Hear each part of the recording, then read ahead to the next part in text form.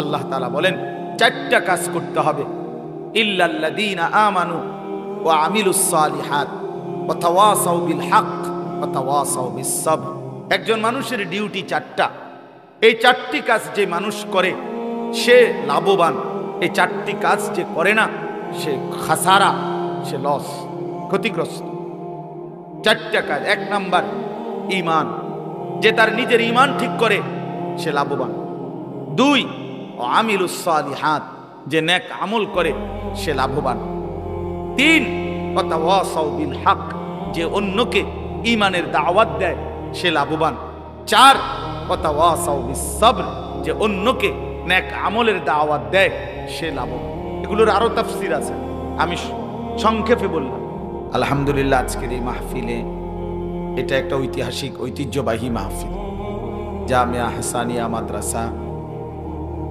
আমরা সব সময় আমাদের নিজের মাদ্রাসা মনে করি, একান্তইভাবে এই মাদ্রাসার সাথে আমাদের ঘনিষ্ঠ সম্পৃক্ততা আছে। আমার শায়েখ আল্লামা মুফতি মুশতাকুন নবী কাসেমি, আল্লামা মুফতি আরিফ বিন হাবিব সহ বড় বড় বুজুর্গ উলামায়ে কেরাম ইনশাআল্লাহ আজকের মাহফিলে আসবেন, বয়ান করবেন। আল্লাহ তাআলা আমাদের সকলকে সবগুলো বয়ান মনোযোগের সাথে শুনবার তৌফিক দান করেন। এই সূরাটি নাম হচ্ছে আসর, এখন আসরের পর, এই জন্যই এই সূরাটা পড়ছি। মূলত তিনটা আয়াত। আল্লাহ পাক রব্বুল আলামিন প্রথম আয়াতের মধ্যে, ওই ছেলে মোবাইল নিয়ে কথা করবেন, আকাম করতে বসছো, সাবধান। মোবাইল নিয়ে হাতে মোবাইল নিয়ে কেউ রেকর্ড করবেন, এমনি শুনেন। তো এই সূরাটার নাম হলো সূরায়ে আসর। আল্লাহ তাআলা এখানে প্রথম আয়াতে এই আসরের কসম করছেন, ওয়াল আসর। আল্লাহ তাআলা বলেন আমি কসম করছি আসরের। এটার দুই অর্থ। একটা হলো সাধারণভাবে মুতলাকান সময়ের কসম, আল্লাহ তাআলা সময়ের কসম করেছে, তাহলে অর্থ হলো যে আমি আল্লাহ কসম করছি সময়ের। আরেকটা হলো সরাসরি যে আসরের ওয়াক্ত, নির্ধারিত যেই সময়টা আসর, এখনকার যে টাইম, এই সময়ের কসম। একটা হলো দিন রাত 24 ঘন্টার হায়াতের সবটা সময়, এইটার কসম। অথবা নির্ধারিত করে আসরের টাইমের কসম, উভয়টাই সময়ের কসম। তাহলে এখানে মহান আল্লাহ পাক রব্বুল আলামিন সময়ের কসম করেছেন, সময়ের কসম করেছেন। ওয়াল আসর। তাফসীরের মধ্যে আছে আল্লাহ তাআলা যেই জিনিসের কসম করে ওইটা দামি হয়, সম্মানিত হয়, ওইটা গুরুত্বপূর্ণ হয়। তাহলে বোঝা গেল যেহেতু আল্লাহ তাআলা সময়ের কসম করেছেন, ফুল সময় হোক অথবা আসরের সময় হোক, সময়ের কসম। এই হিসাবে সময় আমাদের জীবনের অত্যন্ত গুরুত্বপূর্ণ একটি বিষয়। মূলত একদম সংক্ষেপে বলতে গেলে আমাদের হায়াত এটাই আমাদের সময়, আমাদের সময় এটাই আমাদের হায়াত। জীবন মানেই সময়, সময় মানেই জীবন। একজন মানুষের জীবন মানেই সময়ের সমষ্টি, আর সময়টাই আমার জীবন। আমার বয়স এখন 43 বছর শেষ, 44 বছর শুরু হয়েছে আমার বয়স।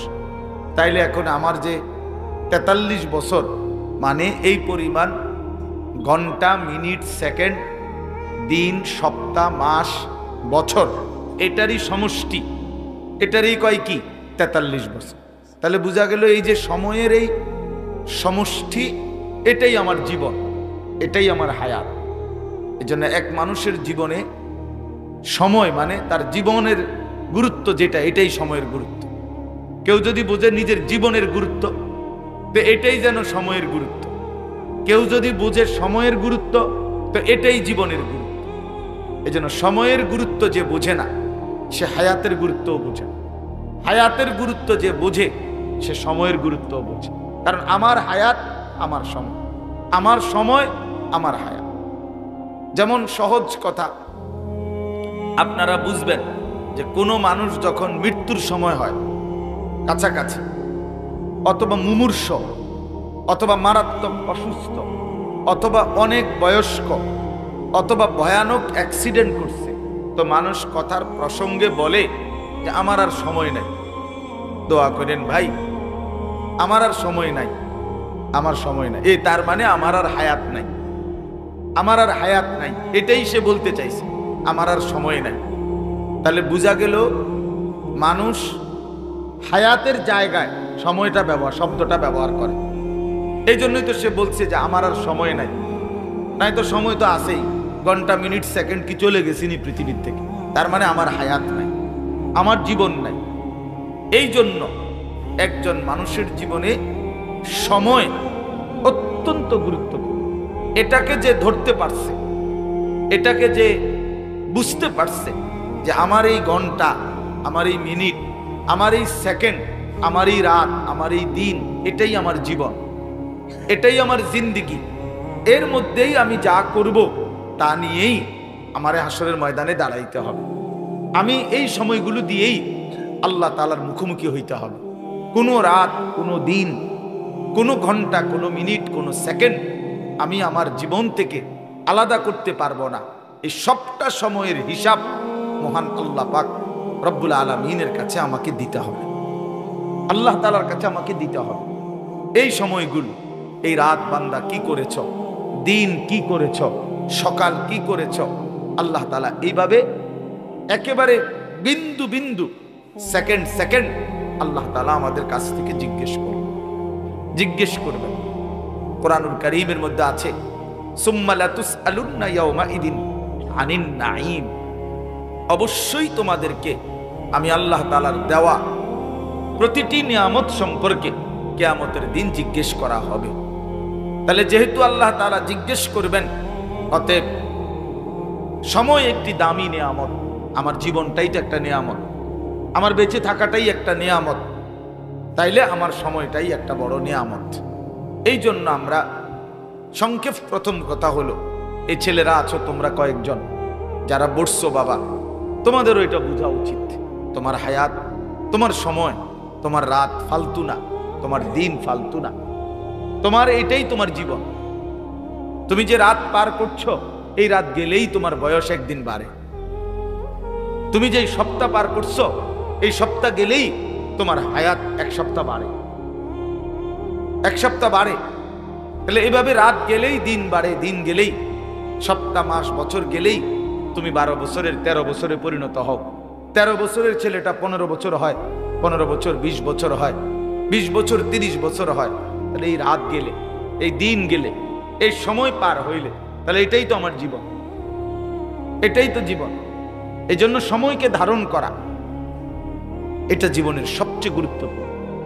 একেবারে ছোট্টবেলা থেকে যারা অল্প স্কুলে পড়ুক আর মাদ্রাসায় পড়ুক, ওস্তাদদের, শিক্ষকদের জীবনে বাচ্চাকে যত উপদেশ দেয়, এর মধ্যে সবচেয়ে বড় উপদেশ অন্যতম সময়ের কদর করো, সময়ের কদর করো, সময়ের কদর করো, সময়ের কদর করো।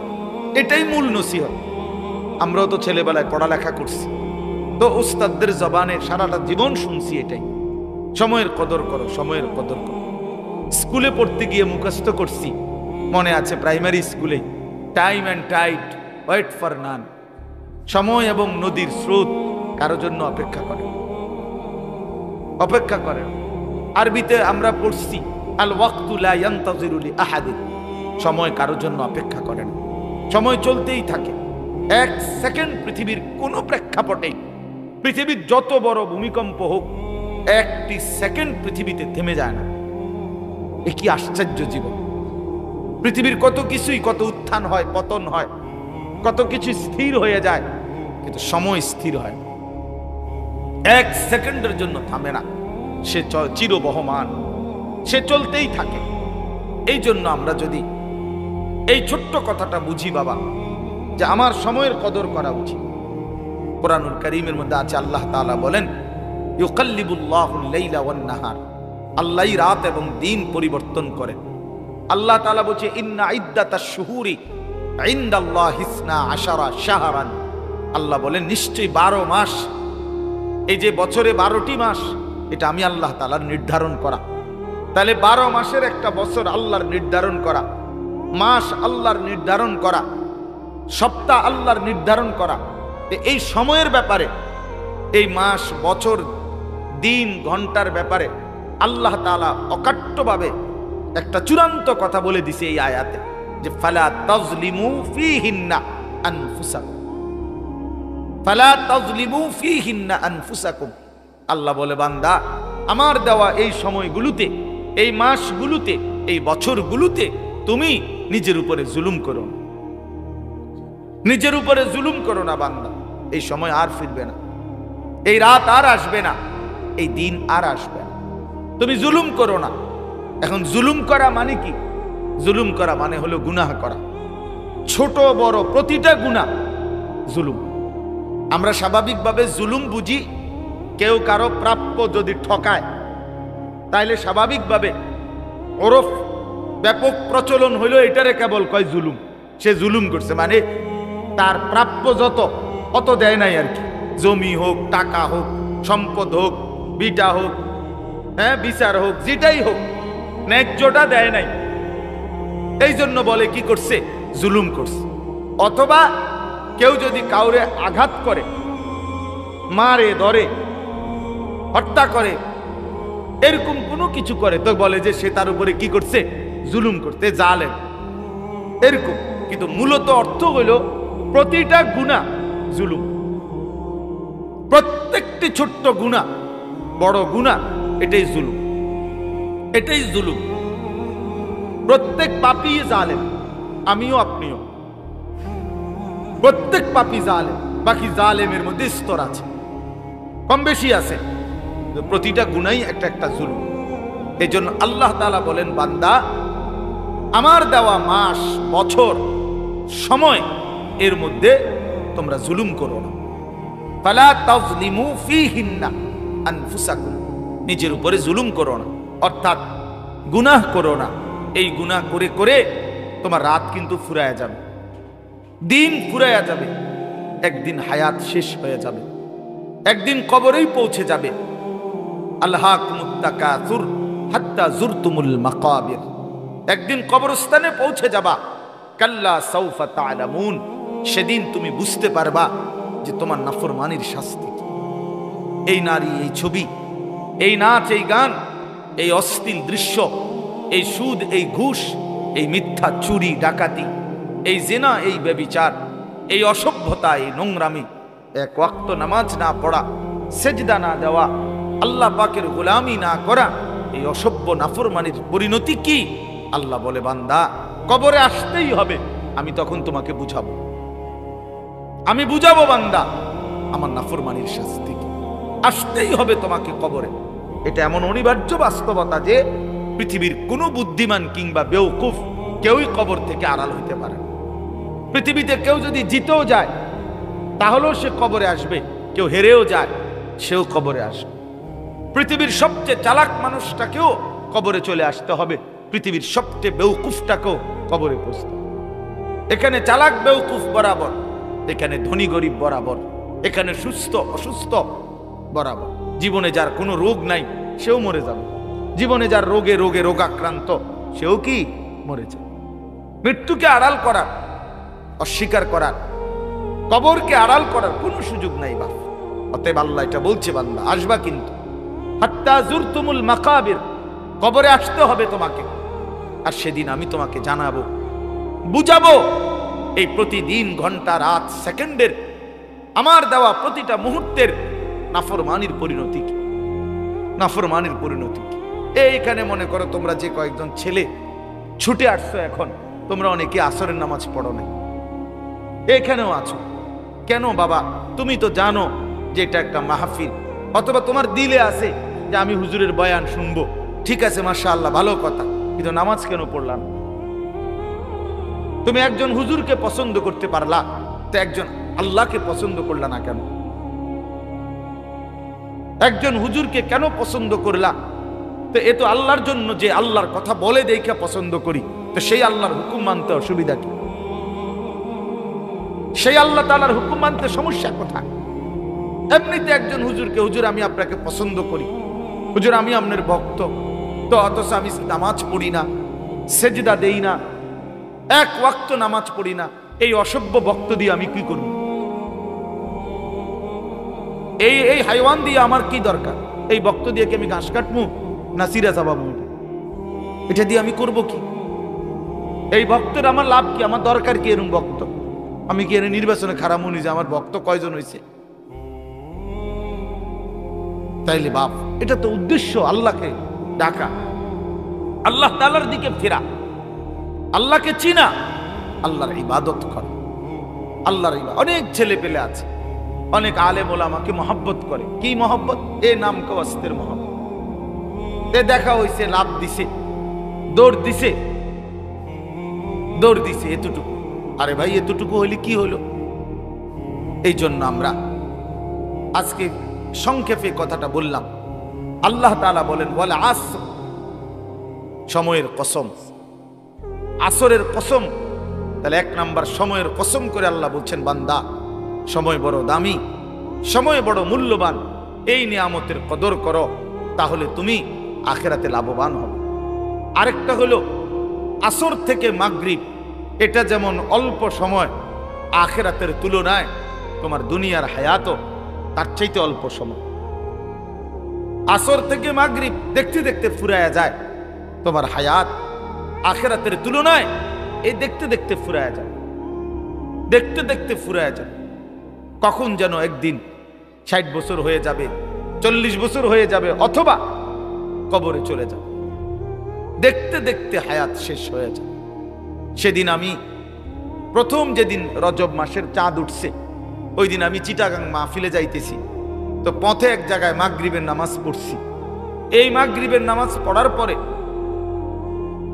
ওইখানে ইমাম সাহেব প্রথম মাগরিবের সালামের পরে আল্লাহুম্মা বারিক লানা ফি রাজাবা ওয়া শাবান ওয়া বাল্লিগনা রমাদান, এটা পড়ছে। আর আমি লাভ দিয়ে উঠছি, আমি ইন্নারিল্লাহ, রজব মাস আইয়া পড়ছে, চাঁদ উঠে গেছে, রমজান তাহলে আইসা পড়লো।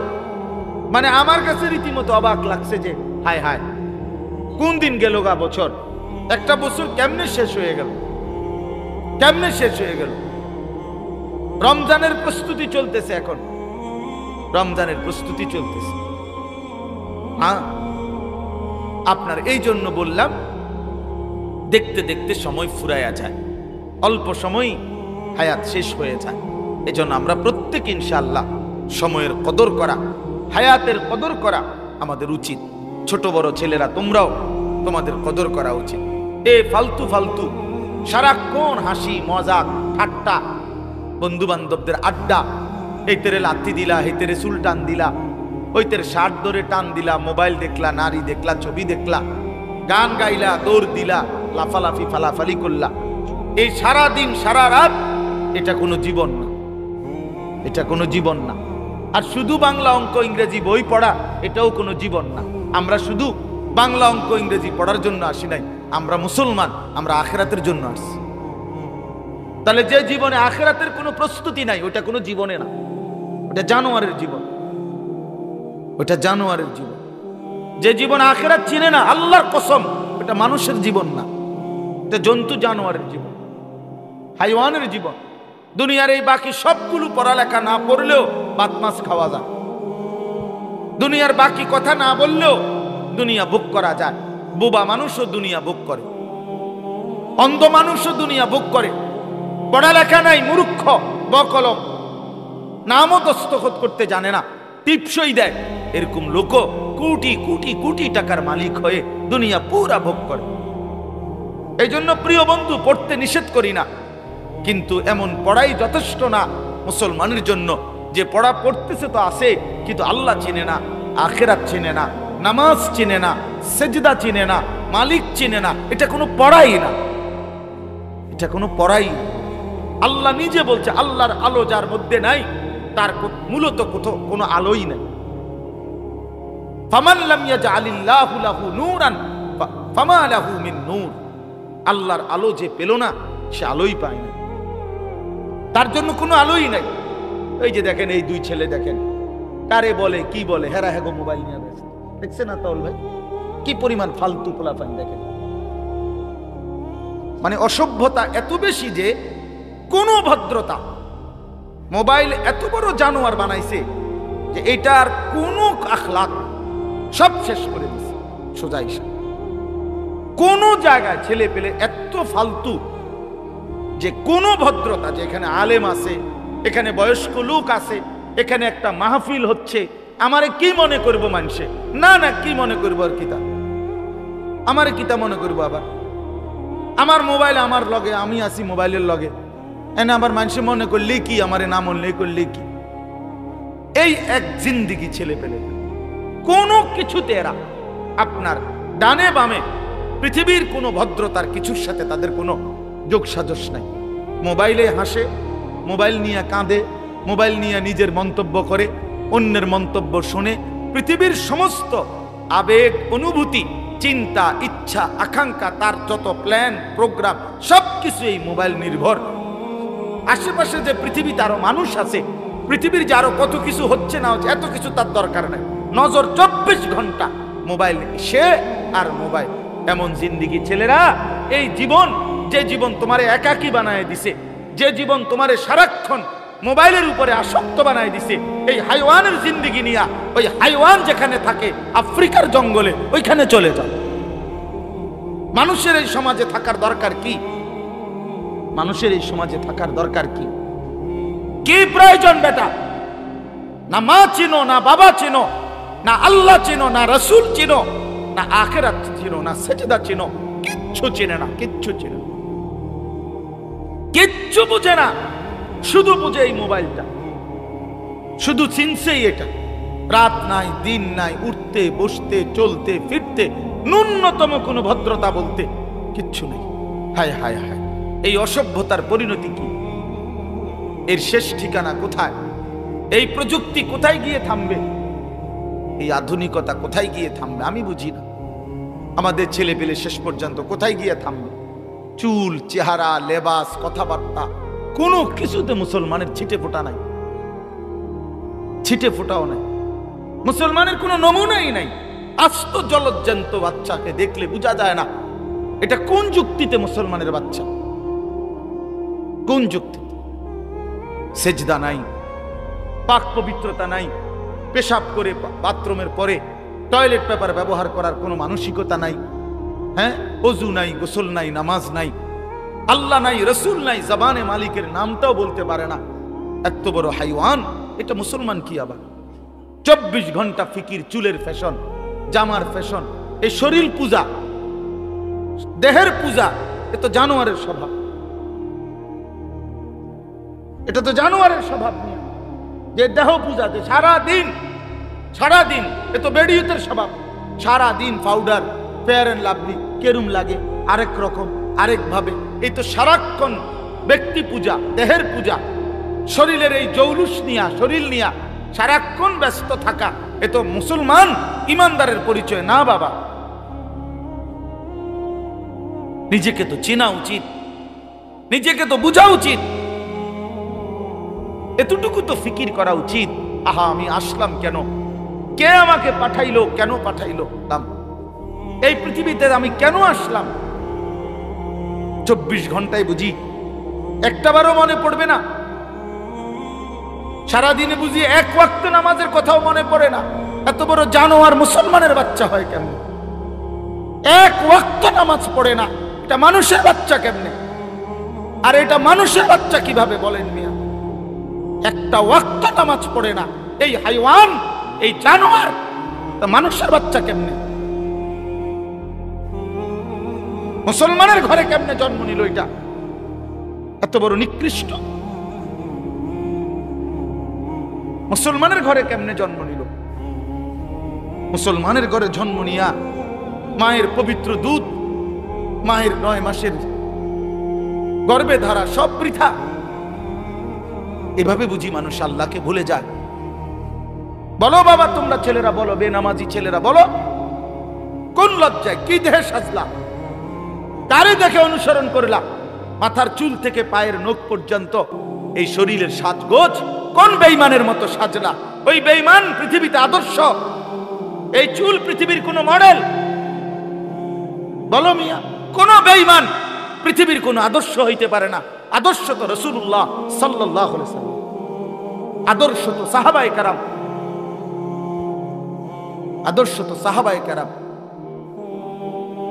রুচি যখন বিকৃত হয়, দিল যখন নষ্ট হয়ে যায়, তখনই মূলত নিয়ম কাফের বেঈমানদের সবকিছু পছন্দ হয়,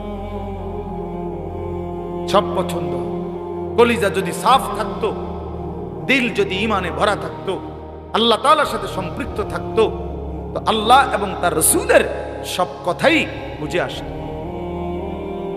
বুঝে আসতো। এজন্য প্রিয় ভাই, তোমাকে দুইজনকে বলি নাই, তোমরা নারাজ হইও না, আল্লাহ তোমাদেরকে মাফ করে দেন। তোমরাও ভালো হও, তোমাদেরকে বলা উদ্দেশ্য, সবাইকেই বলা উদ্দেশ্য। আল্লাহ তাআলা মাফ করে দেন। আল্লাহ তাআলা বলেন ইন্নাল ইনসানা লাফি খুসর, সমস্ত মানুষ, আল্লাহ বলেন সময়ের কসম, জিন্দেগীর কসম, হায়াতের কসম, রাত দিনের কসম, মানুষগুলো ক্ষতিগ্রস্ত, মানুষগুলো ক্ষতিগ্রস্ত। অর্থাৎ আল্লাহ বুঝাইতে চাচ্ছেন, মানুষ যদি নিজের মতো করে চলে, মন মতো চলে, নিজের মতো করে চলে, তাহলে সেই মানুষ ক্ষতিগ্রস্ত, সে লস হবে, তার আখিরাত বরবাদ হবে। তাইলে লাভবান হইতে হইলে কি করতে হবে? আল্লাহ তাআলা বলেন চারটা কাজ করতে হবে। ইল্লাল্লাযীনা আমানু ওয়া আমিলুস সালিহাত ওয়া তাওয়াসাউ বিল হক ওয়া তাওয়াসাউ বিস সাবর। একজন মানুষের ডিউটি চারটা। এই চারটি কাজ যে মানুষ করে সে লাভবান, এই চারটি কাজ যে করে না সে খাসারা, সে লস, ক্ষতিগ্রস্ত। চারটা কাজ। এক নাম্বার ঈমান, যে তার নিজের ঈমান ঠিক করে সে লাভবান। দুই, আমিলুস সালিহাত, যে নেক আমল করে সে লাভবান। তিন, ওয়াতাওয়াসাউ বিল হক, যে অন্যকে ঈমানের দাওয়াত দেয় সে লাভবান।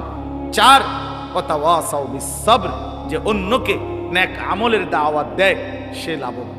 এগুলোর আরো তাফসীর আছে, আমি সংক্ষেপে বললাম।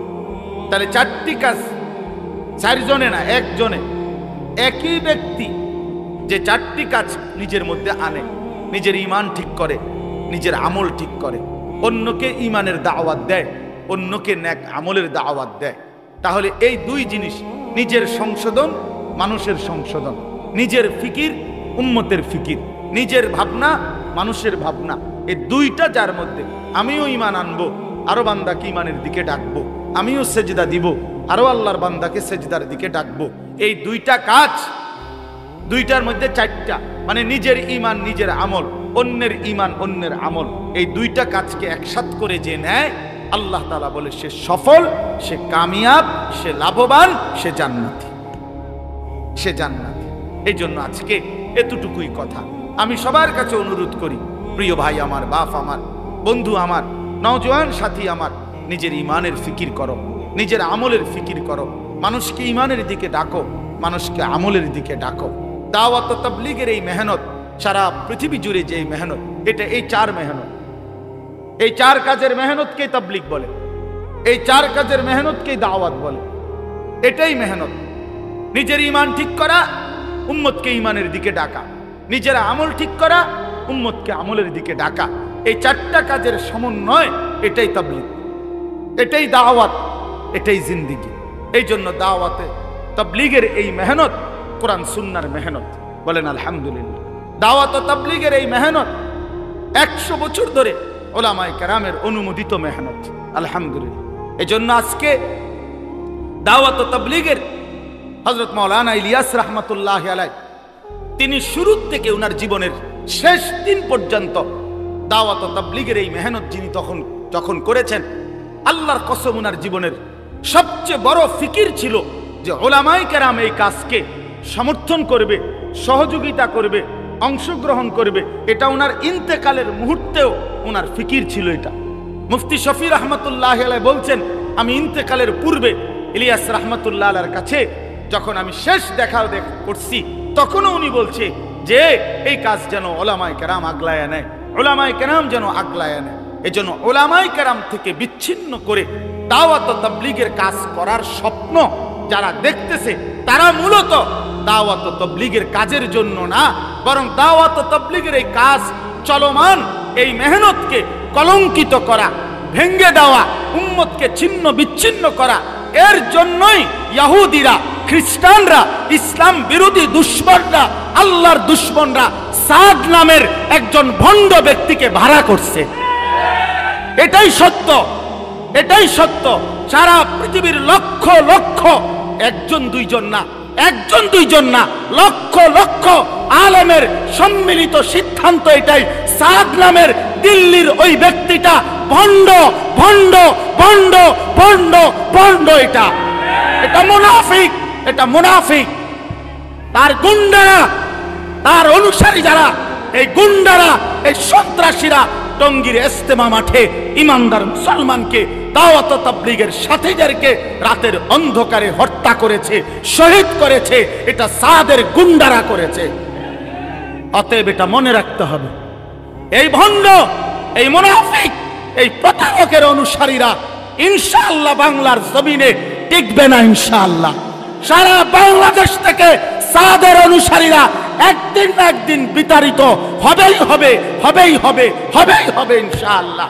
এদেশের লক্ষ লক্ষ উলামায়ে কেরাম, এদেশের কোটি ছাত্র জনতা, কওমি মাদ্রাসার অগণিত তালেবে ইলম, সর্বশ্রেণী ইমানদার মুসলমান এত মানুষের বিরোধিতা করে, এত মানুষের বিরুদ্ধে যুদ্ধ করে এই সন্ত্রাসী গোষ্ঠী টিকবে না ইনশাআল্লাহ।